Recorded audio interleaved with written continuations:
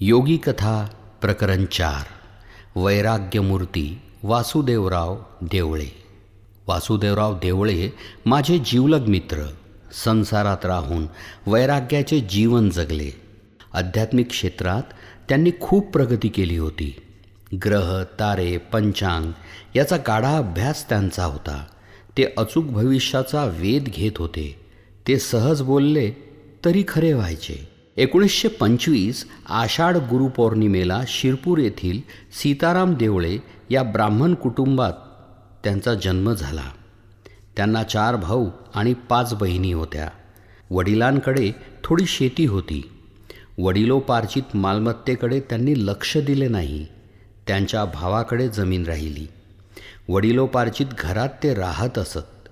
विठ्ठल मंदिरालगत पूर्वाभिमुख ते घर होते. तीच त्यांची कर्मभूमी. या घराच्या वरांड्यात गोनपाटाच्या सतरंजीच्या आसनावर ते बसत. बसलेले असताना ते वेगवेगळ्या विषयांचा वेध घेत, भविष्यातील अनेक घटना सांगत, सहज बोलता बोलता पुढील घटनांची उकल करीत असत. 10वीपर्यंत शिक्षण पूर्ण केल्यानंतर ते मालेगावला वृत्तपत्र विक्रेत्याचे काम करायचे. त्यावेळी मी, मुरलीधर ढोले, भगवानराव सुडके, तुळशीराम उंटवाल, मुळे आदी मित्र उन्हाळ्यात 9-10 वाजता श्री ढवळेश्वर मंदिराजवळील विहिरीवर पोहायला जायचो. त्यावेळी देवळे यांना साबरी विद्येचे ज्ञान होते. ते आम्हाला मानवजन्म, भूत, पिशाच्च, देव याबाबत सांगायचे.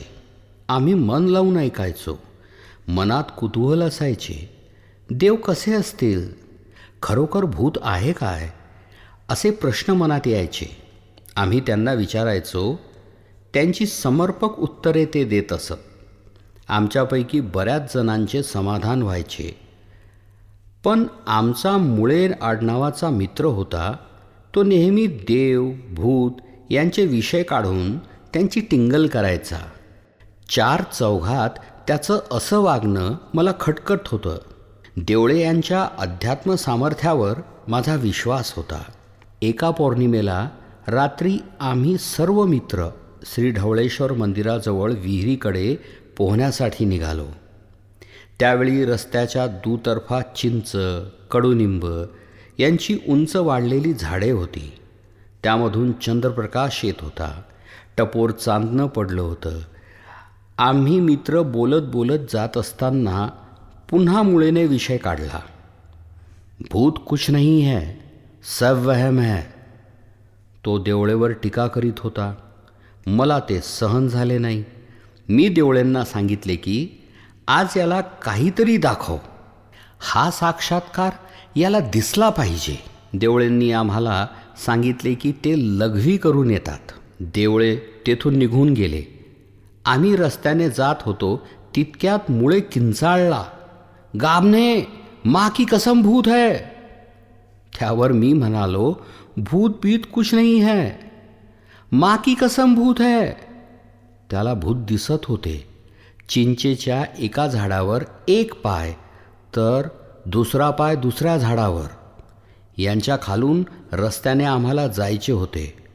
मुळे पुरता घाबरला होता. तो काही पुढे सरकत नव्हता. मग मी देवळे यांना आवाज दिला. ते काढून घ्यावयास सांगितले. नंतर मुळेला भूत दिसले नाही व तेथून आम्ही पुढे गेलो. पोहून श्री ढवळेश्वराचे दर्शन घेऊन घरी आलो. परंतु त्यानंतर मुळेने देवळेंची कधीच टिंगलटवाळी केली नाही. श्री देवळेंनी ईश्वरी साधना वापरून अध्यात्म क्षेत्रात लक्षणीय प्रगती केली होती. नाथपंथी, साबरी विद्या त्यांनी प्राप्त केल्या होत्या. ब्रह्मचर्य व्रत पालन करण्याचे व लग्न न करण्याचे नेहमी ते सांगत. वयाच्या 40व्या वर्षी त्यांनी वाशिम येथील सिंधू जनार्दन गाडगे यांच्याशी आप्तेष्टांच्या आग्रहाखातर विवाह केला. विवाहानंतर संसाराची जबाबदारी वाढली. शेतीचा आधार नाही, उत्पन्नाचे स्रोत नाहीत. फक्त पंचांग पाहून लोकांना मार्गदर्शन करून मिळालेल्या दानावर त्यांनी चरितार्थ चालविला. अशा कठीण परिस्थितीमध्ये त्यांना त्यांच्या पत्नी सौ सिंधूबाईंनी समर्थ साथ दिली. घरात अडचण आहे, काही वस्तू नाहीत. देवळेंना भेटायला येणाऱ्या व्यक्तींना भासू दिले नाही. आलेल्या प्रत्येक व्यक्तीचे आदरातिथ्य त्या करावयाच्या. प्रत्येकाला चहा पाणी देणे. त्यांच्या चेहऱ्यावर कधी थकल्याचे भाव नव्हते. देवळे यांना समर्थ साथ देत त्यांनी मुलामुलींचे शिक्षण, त्यांचे विवाह केले. त्यांना 3 मुले व 3 मुली अशी अपत्ये झाली. एक मुलगा विदेशात तर 2 मुले पुण्यात स्थायिक झाले आहेत. माझी आणि माझ्या मुलांची श्री वासुदेवराव देवळे यांच्यावर श्रद्धा होती. त्यांनी सांगितले, मार्ग दाखविला, म्हणजे तसेच होणार एवढा दृढ विश्वास. माझा मोठा मुलगा अरविंद सन 1982मध्ये 10वीला होता. 10वीची बोर्डाची परीक्षा झाल्यानंतर तो एक दिवशी श्री देवळे यांच्या घरी गेला. त्याने 10वीत किती गुण मिळतील असे विचारले.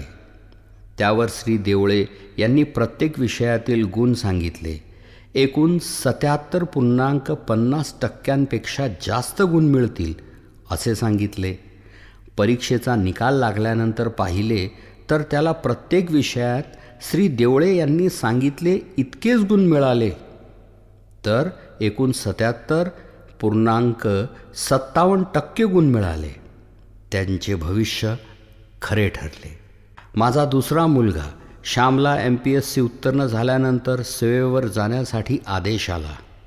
त्यानंतर तो शिरपूरला श्री देवळे यांच्याकडे गेला व काका माझी ऑर्डर कधी येते असे विचारले. त्यावर त्यांनी सांगितले की तुझी ऑर्डर निघाली, तुला मिळेल. मग नंतर श्यामने त्यांना सांगितले की त्याला ऑर्डर मिळाली आहे. अशा प्रकारे श्री देवळे भविष्याचा अचूक वेध घेत असत. अनेकांना ते विनामूल्य औषधं देत. त्याचा लाभ लोकांना व्हायचा. आयुष्याविषयी कधीच तक्रार केली नाही. ते शांत, धीरगंभीर व प्रसन्न चित्त व्यक्ती होते. पंचांग पाहण्यासाठी व लोकांच्या इतर प्रश्नांची उत्तरे देण्यासाठी ते घरीही जात, परंतु ते व्रत पाळत असत.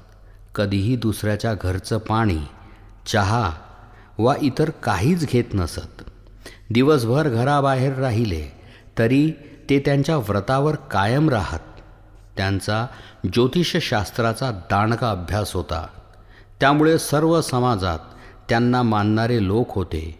ज्योतिष ज्ञान, संभाषण कौशल्य व व्यवहार ज्ञान उत्तम असतानाही त्याचा उपयोग त्यांनी स्वतःसाठी केला नाही.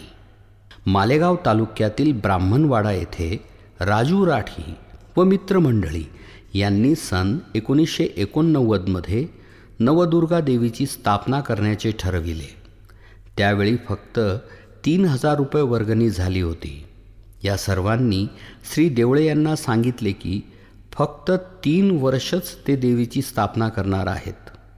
परंतु श्री देवळे यांनी सांगितले की तुम्ही या नवदुर्गेची नेहमीकरिता स्थापना करणार आहात. ही देवी नवसाला पावेल. दुरून लोक नवदुर्गेच्या दर्शनासाठी येतील. सन 1992 ते 1993मध्ये सांगितले की गावाचे पुनर्वसन होईल, गावाचा कायापालट होईल. सन 2008मध्ये गावाचे पुनर्वसन झाले. गावाला ऊर्ध्व मोरणा प्रकल्प, चाका तीर्थ लघु पाटबंधारे योजना, सुकांडा लघु पाटबंधारे योजना आदी तलावांचे पाणी सिंचनासाठी मिळाले. गावात चांगली पक्की घरे झाली. ब्राह्मणवाडा गावाचा चेहरा बदलला. या नवदुर्गा देवीच्या स्थापनेसाठी श्री देवळे यांच्या सांगण्यावरून राजू राठी यांनी 1 एकर जागा दिली. त्यामध्ये हनुमान मंदिर, महादेव मंदिर, श्री संत गजानन महाराज मंदिर, श्री ओमकारगीर महाराज यांचे मंदिर, सभामंडप बांधण्यात आला आहे.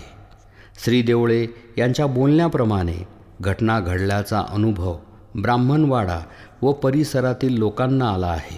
या प्रकरणात आलेल्या वासुदेवराव देवळे यांचे 30 सप्टेंबर 2014 रोजी पुणे इथे निधन झाले.